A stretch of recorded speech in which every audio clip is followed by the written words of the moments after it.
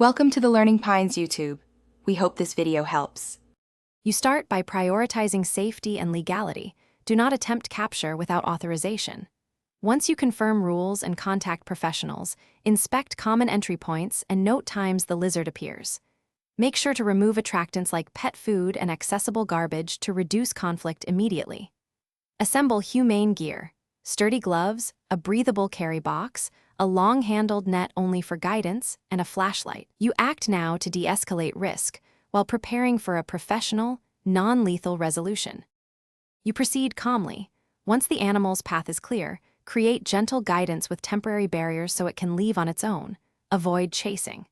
Make sure to use one-way exclusion where possible so the lizard exits but cannot return. If containment is unavoidable, delay action until a licensed wildlife rescuer arrives. They will use humane live capture techniques and proper transport containers. Throughout, maintain distance and minimize noise, because sudden moves stress the animal and increase risk to you and neighbors. You finish by ensuring professionals take custody for health checks and lawful relocation. This protects both you and the animal.